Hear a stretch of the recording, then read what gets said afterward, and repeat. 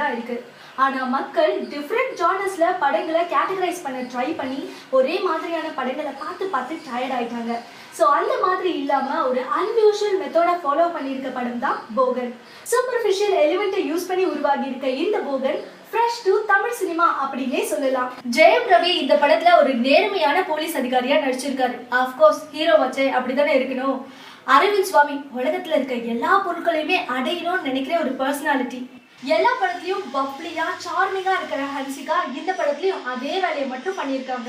ஒரு படத்துல வில்லனும் ஹீரோவும் மீட் பண்ணும் போதுதான் படத்துல சுவாரஸ்யம் அதிகமாகும். ஸோ அந்த மாதிரி ஒரு சிச்சுவேஷனை இந்த படத்துல உண்டு பண்றாரு ஹீரோவோட அப்பாவான நரேன்.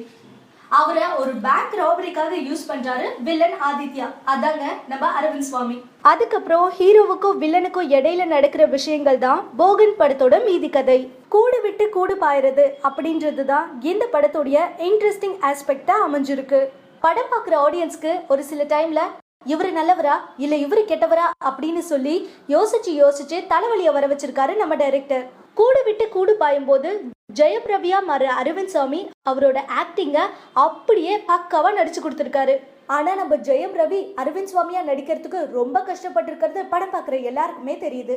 அதே மாதிரி படத்தோட டப்பிங்ல ஸ்டார்டிங்ல அரவிந்த் சுவாமி மாதிரி ஹஸ்கி வாய்ஸ்ல பேச ட்ரை பண்ற ஜெயம் ரவி அதுக்கப்புறமா சுசி அப்படின்னு சொல்லி தீபாவளி படத்துக்கிட்டே போயிடுறாரு. இந்த படத்தோடைய தூணே அரவிந்த் சுவாமின்னு சொல்லலாம். அதே மாதிரி படத்தோடைய இன்னொரு ஹைலைட் சினிமாட்டோகிராஃபி பண்ணியிருக்க சவுந்தரராஜன். ஒவ்வொரு விஷயத்தையுமே கனகச்சிதமா செதுக்கியிருக்காரு.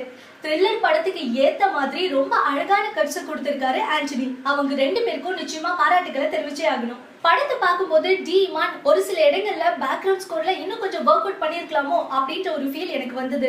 ஆனா அதை காம்பன்சேட் பண்ற அளவுக்கு பாடல்களை பிச்சு படல் எடுத்திருக்காரு. மொத்தத்துல படத்தோட ஃபர்ஸ்ட் ஹாஃப் சூப்பர் அப்படின்னு டைரக்டர் காலரை தூக்கி விட்டு சொல்லும் போது செகண்ட் ஹாஃப்ல இன்னும் கொஞ்சம் ஒர்க் அவுட் பண்ணிருக்கலாமோ அப்படின்னு ஒரு தோணல் இருக்கு.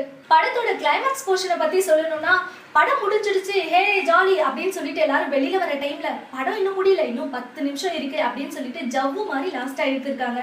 அது ஏன்னு யாருக்குமே புரியல. மொத்தத்துல போகன் படம் எப்படி இருக்குன்னா தனி ஒருவன் ரேஞ்சுக்கு இல்லைன்னா கூட ஒரு டைம் போய் பாக்குற அளவுக்கு இருக்கு.